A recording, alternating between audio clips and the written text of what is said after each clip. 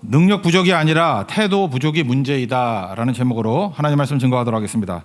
성탄절입니다. 예수님 오심을 우리가 기념하고 축하하는 시간입니다. 예수님께서 이 땅에 왜 오셨습니까? 대속자로 오셨고 또 구원자로 오셨다라는 것입니다. 대속이 뭐죠? 대신 맞아준다. 그가 찔림 우리의 상함 때문이다. 그가 채찍에 맞음으로 우리가 나음을 입었다. 우리가 맞아야 될 것, 찔러야 될 것, 예수님이 대신 당해줬다. 이게 대속자입니다. 또 구원하기 위해서 오셨습니다. 우리 물에 빠져 있습니다.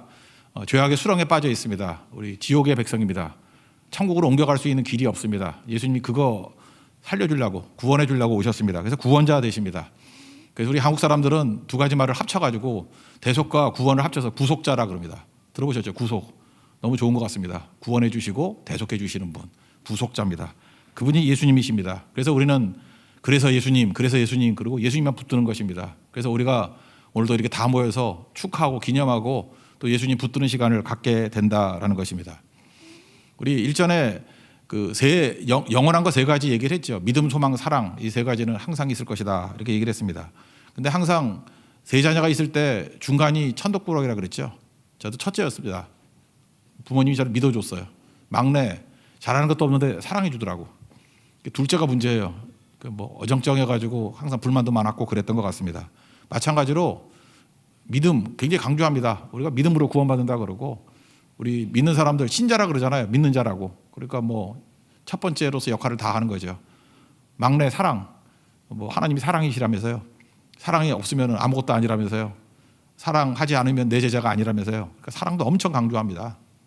근데 소망은 되게 중요한 건데도 불구하고 좀 소홀히 되는 경향이 있습니다. 천덕꾸러기 경향이 있어요. 근데 소망이 뭐라 그랬어요? 실제로 성도들이 변화 일으키는 걸 보면 소망 때문에 변화가 된다니까요. 소망이 들어가면은 관심이 바뀝니다. 관심이 바뀌면은 변화가 일어나더라고요. 우리 한국의 성도들이 이렇게 변화가 잘 없다 그러는 이유가 뭐냐면 소망에 예수님 못 붙기 때문에 그렇다고 생각을 합니다. 소망 붙더래요. 소망이 확 들어와 버리면은 관심이 완전히 바뀌어 버리고요. 관심 바꾸게 된 인생을 살면은 그걸 변화라 그렇게 얘기한다라는 것입니다. 그래서 두 번째가 중요합니다. 마찬가지 관점으로 마찬가지 접근 방법이에요. 예수님이 탄생 엄청나게 강조합니다. 그리고 예수님의 공생애 그것도 엄청나게 강조해요. 세례받고 난 다음에 3년 반 동안 공생애 하셨다. 이게 성경의 대부분 내용 아닙니까? 그리고 성탄절도 탄생만을 얘기하고. 근데 예수님 그 중간 기록이 한 번 있거든요. 12살 때 예루살렘에 갔다 길 잃어버린 이야기. 이거 아무도 얘기 안 합니다. 그래서 저는 항상 그 둘째에 대한 관심이 많아요. 이 천덕꾸리 관심이 많아서 오늘은 성탄절인데 아무도 거들떠보지 않은 본문 이거 한번 살폈으면 좋겠어요. 12살 때 어떤 일이 벌어졌는가. 우리 스토리 내용은 너무 간단합니다. 12살 때 6월절이거든요. 예루살렘에 올라갔다가 예수님이 잃어버려서 3년 만에 찾게 되었다. 그게 내용입니다. 근데 이게 메시지가 있다고 생각을 합니다. 우리가 이 땅에서 승리하고 열매 맺는 길이 어디에 있느냐.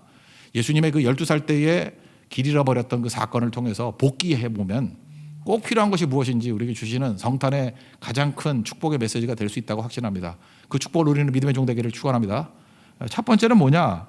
우리 인생에서 성패가 갈라지는 건 뭐냐? 능력이 아니라는 거예요. 능력 부족 때문에 지는 게 아니고 태도 부족 때문에 넘어진다. 그래서 능력이 아니라 태도다. 능력 부족이 아니라 태도 부족이다. 능력 결핍이 아니라 태도 결핍이다. 이런 얘기를 하는 것입니다. 우리 능력 없어도 됩니다. 이유가 뭐예요? 예수님이 능력자시잖아요. 전능하신 하나님인데 우리에게 능력은 얼마든지 줄 수 있다라는 것입니다. 문제는 태도예요. 태도 그런 얘기 하잖아요. 그래서 뒤집어 놓으면 하나도 못 받는데 제대로 두면 받는다고. 그래서 우리를 그릇이라 그러잖아요. 태도가 좋아야 되는 거죠. 태도만 좋으면 능력은 얼마든지 줄 수 있다라는 것입니다. 그래서 중요한 것은 능력 기르려고 이리저리 뛸 필요 하나도 없다라는 거예요. 많은 사람들이 능력 기르겠다고 공부도 하고 또 학원에도 다니고 또 훈련도 하고 그렇습니다. 물론 그것도 필요하겠죠. 그러나 근본적인 문제는 태도의 문제라는 것입니다. 영성이라는 게 뭡니까? 영성은 나를 제로로 만드는 거. 그게 영성이에요. 영성이 뛰어나다. 스피리추얼리티. 이게 영성이 있다. 이 뜻이 뭐냐면 나를 제로로 만드는 거. 성경은 여러 가지 설명하거든요.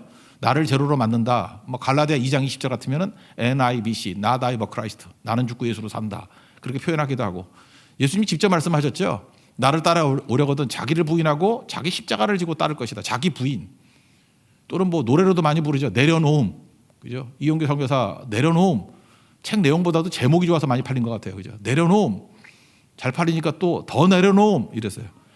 그다음 잘 안 팔리니까 더 내려놓음 이게 안 나왔는데 우리 그만큼 내려놓음이 중요하다는 거예요. 내려놓음이 그 영성이 그런 거거든요. 내려놓고 더 내려놓고 무슨 뜻입니까? 나를 제로로 만드는 싸움. 여러분 제일 강력한 사람이 누구냐 하면은 나를 제로로 만드는 거예요. 자기를 부인하는 거예요. 나다 에버 크라이스트 하는 거예요. 나는 연약하고 부족합니다. 나는 nothing입니다. 주님이 everything입니다. 그런 사람이에요. 그게 영성이라고. 그러면 능력을 얼마든지 부어주는 거죠. 그걸 뭐라 그래요? 태도. 믿음은 태도라고요. 그래서 제일 나쁜 태도가 뭐죠? 교만함이에요. 나는 충분해. 나는 능력이 있어. 나는 경험치도 쌓였어. 나는 내 스스로 할 수 있어. 그러면 그건 꽝이에요. 그런 사람들 다 버림받고 어떤 면 징계받고 뭐 깨지고 그러는 거죠. 겸손이 뭡니까? 겸손이 나를 제로로 만드는 거라니까요. 영성 중에 최고의 영성의 극치가 겸손이잖아요. 겸손한 자에게 은혜가 부어진다고. 비어 있으니까 부어주잖아요. 그래서 여러분들 영성이란 게 뭐냐? 이미지로 얘기할 때는 빈잔이에요. 채우소서 나의 빈잔을 높이 듭니다. 우리 손들면서 찬양하는 것 중에 하나가 항복이라는 의미도 있지만 이게 잔이거든요. 잔이라 그랬던 어떤 사람이 욕심이 많아가지고 이렇게 하더라고. 크게 만들라고. 그러면 이게 낮아지잖아. 그게 그거지. 이렇게 높이 드는 거예요. 이게 잔이 잔. 내가 빈잔이니까 채워달라는 그 뜻이 있다고. 항복입니다. 그런 뜻도 있고. 다 공통점이 뭐예요? 나를 제로로 만드는 싸움이라고요. 채워주지 않으면 나는 아무것도 아닙니다. 그런 거죠. 그래서 우리 인생을 살면서요. 이게 경험치가 쌓여가고 능력이 쌓여가고 이럴 때 오히려 약화된다라는 것입니다. 여러분 비행기 사고 나는 거 통계 보셨습니까? 비행기는 주로 그 기장하고 부기장 둘이 조종합니다. 왜냐 한 사람 뭐 쓰러지면 안 되니까 둘이 항상 해요. 둘이. 근데 기장이 부기장보단 능력도 경험도 뭐 어떤 판단력도 다 뛰어나겠죠. 그러니까 기장이죠. 제가 그 기장들 많이 아는데 많이 한다고 한 10명 알아요. 근데 제가 보니까 부기장 하던 친구가 기장 되려면 한 10년 걸려요. 그러니까 기장 앞에서는 뭐 꼼짝을 못 하는 거죠. 모든 게 능력이 있으니까. 근데 통계에 의하면요. 기장이 조종할 때 사고가 더 많이 난대요. 왜냐하면 부기장이 체크를 해줘야 되는데 이게 위계 질서가 있잖아요. 기장이 잘못한다 할지라도 부기장이 말을 못 한대요. 그 대표적인 게 97년에 괌에서 칼 801인가요? 그 추락했죠. 그때 기상 이변도 없었고 뭐 기체 이상도 없었고 아무 조건에 문제가 없다고요. 그 블랙박스 보니까 아무 이상도 없어요. 그 날씨도 되게 좋았고. 근데 왜 문제가 되느냐? 기장이 판단을 잘못했는데 그 부기장이 말을 해줘야 되거든요. 이거 아닙니다 하면 됐는데 말을 못하고 머뭇머뭇 그러다가 막판에 얘기해가지고 추락한 거예요. 반면에 부기장이 조종할 때는 안전합니다. 그래서 여러분 기도하십시오. 오늘은 부기장이 조종하게 해달라고. 그럼 기장은 놀고 있다가 야 임마 뭐 하는 거야 하면서 소리치면서 얘기하면은 금방 시장이 된다라는 거예요. 그러니까 우리 영성이 뭡니까? 부기장 마음이에요. 나는 부족합니다. 모자릅니다. 내 옆에 탁월하신 기장님이 계십니다. 조금 잘못하면 욕 바가지로 쏟아먹습니다.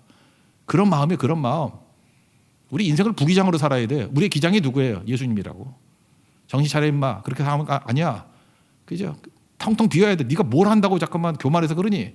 그러면서 기장의 말을 듣고 의지하게 될 때 사고 제로입니다. 그게 능력이라는 거예요. 오히려 나를 제로로 만들 때 우리의 기장 되신 예수님께서 모든 것을 다 채워주신다라는 것입니다. 그 은혜를 누릴 수 있는 믿음의 종 되기를 바랍니다. 오늘 보니까 12년 동안 6월절에 올라갔죠. 올라가다 보니까 경험치가 쌓였던 것 같아요. 이제 익숙해진 것 같아요. 그러다 보니까 패턴이라는 게 있잖아요. 이게 예수님 12살 될 때까지 매년 갔으니까 패턴이 생겼고 공식이 생긴 거죠. 그러니까 뭐 문제 없다. 한 번도 사고 난 적 없잖아요. 그러니까 자기 자신을 너무 믿었던 것 같아요. 그래서 오히려 경험이 쌓이고 안심하게 될 때가 오히려 위기의 때다. 이렇게 말할 수 있다는 것입니다. 그래서 완성될 때가 실패의 가능성이 가장 높을 때예요. 내가 기장 마음 먹을 때 제일 위험하게 된다는 것입니다. 예수님의 부모도 그랬던 것 같아요. 그러니까 이 태도가 안 좋은 거죠. 제로가 돼야 되는데 뭐가 차기 시작했어요. 이때 실패와 위기에 처하게 된다는 것입니다. 41절부터 43절까지 읽겠습니다. 시작. 그의 부모가 해마다 6월절이 되면 예루살렘으로 가더니 예수께서 12살 되었을 때 그들이 이 절기의 관례를 따라 올라갔다가 그 날들을 마치고 돌아갈 때 아기 예수는 예루살렘에 머무르셨더라. 그 부모는 이를 알지 못하고. 여기 보니까 해마다 6월절 그랬잖아요. 해마다 경험했습니다. 또 절기의 관례를 따라 관례대로 했습니다. 그러니까 뭐예요? 이게 경험치가 쌓이고 패턴이 생긴 거잖아요. 공식이 생긴 거잖아요. 그러니까 별로 의지하지 않고 체크하지 않고 그냥 마음을 놔버렸던 것입니다. 그러니까 문제가 되는 거죠. 여러분 우리에게도 오늘 성탄 메시지입니다. 잊지 마십시오. 능력 부족이 문제가 아니에요. 태도의 문제라고. 다시 한번 철저히 우리는 부기장이다라는 생각 갖고 나는 제로입니다. 이 영성을 가지고 예수님만 의지하고 예수님의 명령대로 말씀대로 할 수 있는 것은 순종하고 할 수 없는 것은 신뢰할 수 있는 우리 믿음의 신실한 종 되기를 바랍니다. 그럼 여러분 항상 승리하고 열매 맺는 하나님의 거룩한 백성이 될 것입니다.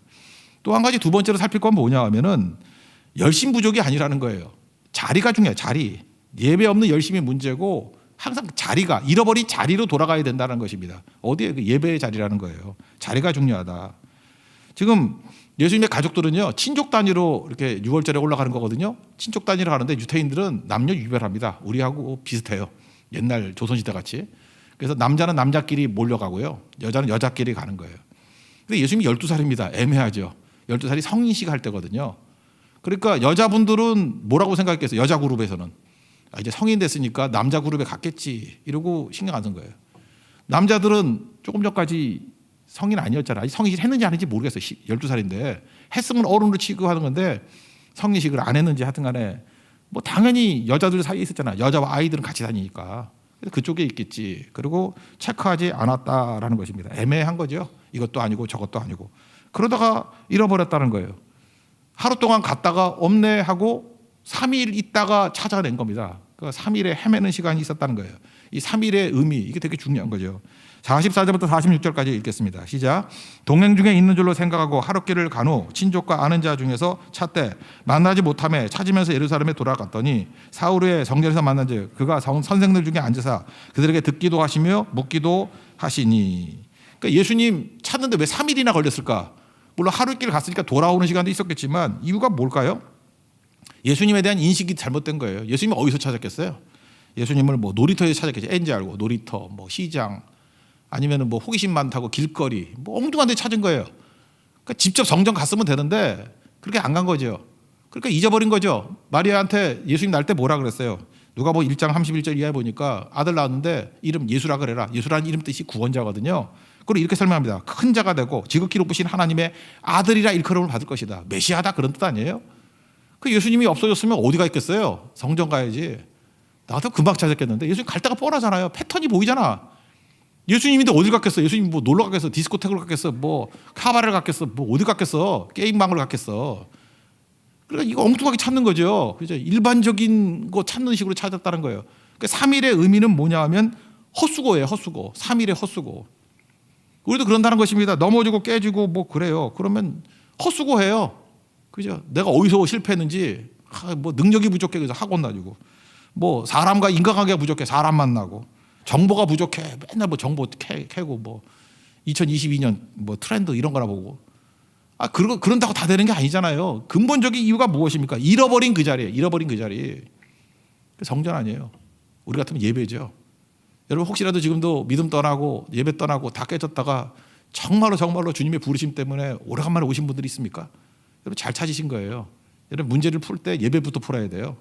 그래야 허송세월 안 보냅니다. 이 3일이라는 거 이거 아이 찾는데 3일이라 그러는 게 엄청난 시간이거든요. 이거 왜 허송세월 했습니까?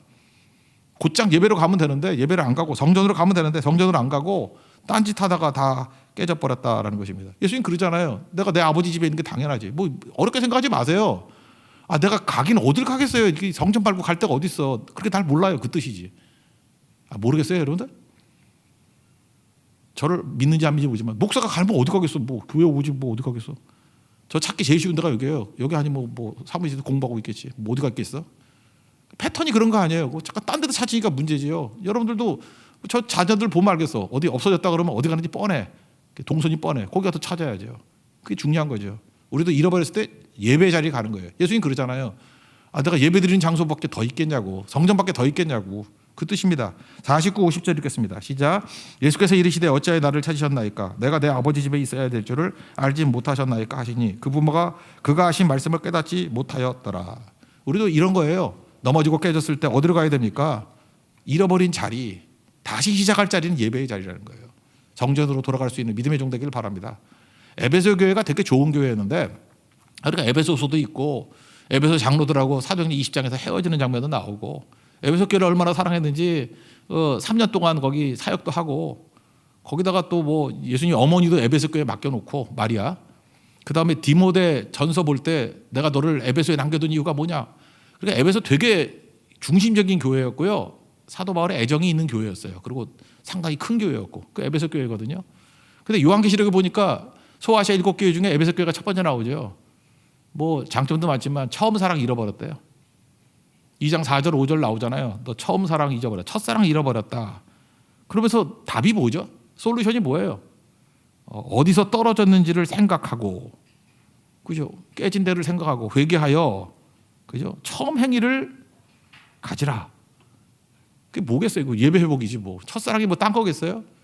니네들 지금 굉장히 큰 교회고 영향 있는 교회라고 잘난 척하고 지금 너를 제로로 만드는 싸움 잘 못하지. 그래서 니네가 지금 힘들어진 거야. 아무것도 아니거든. 어디로 가야 돼요? 처음 자리. 그래서 아브라함이 깨지고 야곱이 깨지고 했을 때 돌아올 때 어디로 돌아와요? 와서 담부터 쌓잖아요. 이거 여러분들 명심해야 됩니다. 항상 뭘 잃어버렸죠?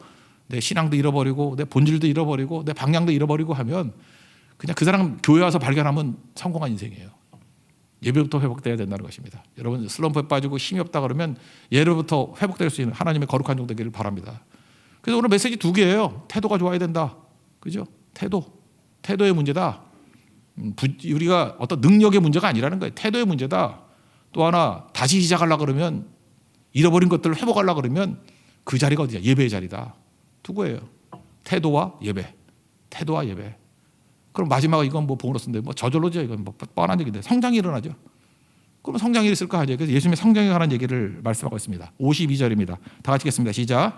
예수는 지혜와 키가 자라가며 하나님과 사람에게 더욱 사랑스러워 가시더라. 여기 자라난다 그럴 때 이게 보통 이렇게 성장한다 뭐 그런 뜻보다는 디모데전서 4장 15절에 나와 있는 단어예요. 모든 일에 전심전력하여 너의 옛날 성경 진보라 그래. 진보, 프로그레스, 발전하다, 뭐 앞으로 걸어가다, 뭐 이런 뜻이에요. 진보하다. 그런 얘기예요. 이렇게 태도가 좋고 그 다음에 예배의 자리를 제대로 찾으면은 발전이 있다라는 거예요. 프로그레시브 뭐 이런 거죠. 발전 막 앞으로 전진해 나가는 거, 진보가 있다라는 것입니다. 그런 성장이라는 거예요. 3가지 얘기를 했죠. 먼저 지혜가 진보가 있고, 키에 진보가 있고, 사랑스러움, 사랑받는 거에 진보가 있다. 뭐 간단히 설명하면 지혜는 뭐죠? 내면적인 거겠죠. 지혜. 그러니까 어제 우리 차라기도 때도 말씀했죠. 하나님께서 악한 자 심판할 때 어떻게 해요? 어리석게 만들어 버린다고. 그래서 보기는 보아도 보지 못하게 만들고 봤는데 몰라. 들었는데 몰라.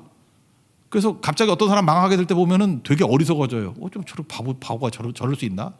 주님께서 그냥 안 보이고 안 들리게 만드는 거예요. 보는데 몰라요. 듣는데 모른다고. 그 망하는 거지. 요람이 그래서 망했잖아요. 뻔한 거 보고도 몰라. 반면에 성령 충만하면 어떤 일이 벌어져요? 성령이 조명해 주셔가지고 보여요.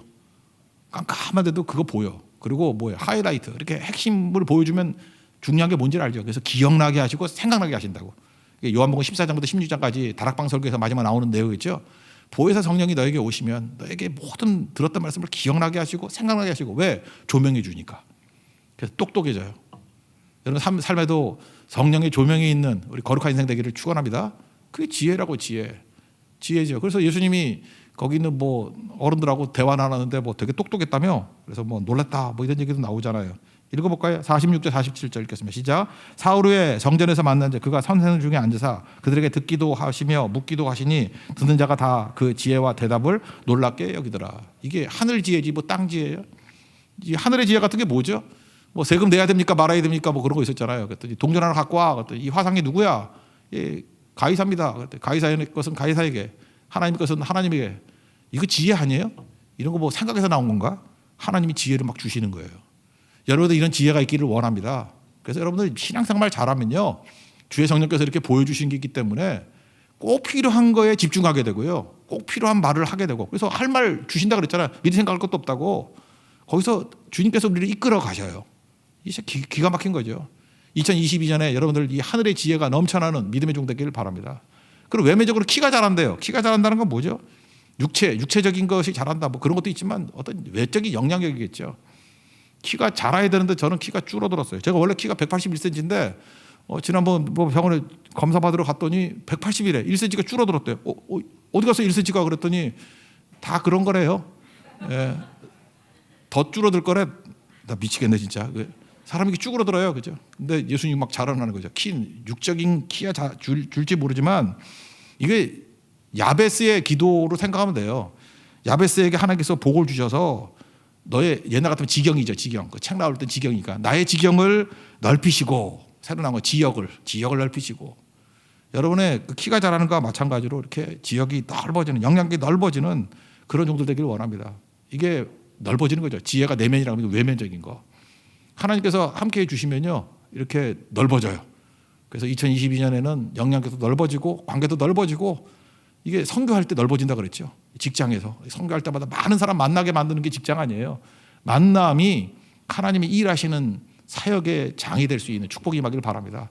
그래서 2022년에 우리 교회 사명, 뭐 이렇게 믿던 사람 수평 이동도 중요하지만 세례자가 많이 나오길 원합니다. 믿지 않는 사람 회심자가 많이 나오고 지옥의 백성이 천국의 백성으로 변화받는 그런 역사가 나타나는 우리 거룩한 교회가 되기를 원합니다. 그리고 세 번째 성장은 뭐예요? 이게 진보하는 거, 프로그레스. 사랑스러워진다는 거예요. 사랑. 높은 지위가 아니고 사랑스러워진다는 건 뭐예요? 어떤 사람에게 마음으로부터 받아들여진다, 그런 거죠. 우리 요즘에 디모데후서 하는데 디모데후서에서 뭐 순교하기 직전 아니에요. 너무 낙심돼 있고 힘들 때인데 돌 감옥에 갇혀 있을 때인데 오네시보로 때문에 위로받았다 그러죠. 너무 잘해주고 나한테 위로가 됐다. 자, 고맙다. 줄 게 없잖아요. 그럴 때 뭐라고 설명해요? 그 긍휼. 하나님 오네시보의 집에 긍휼을 주십시오. 원하건대 주께서 오네시보의 집에 긍휼을 베푸시옵소서. 그리고 두 번이나 그래요. 18절에 보니까 주의 긍휼을 잊게 하옵소서. 이 설교하고 난 다음에 어떤 성도가 그런 얘기를 하더라고요. 아, 오늘 은혜 받았다고. 이유가 뭐냐? 얼마 전에 기도할 때 기도 제목이 뭘까 생각했대요. 기도 제목이 뭘까?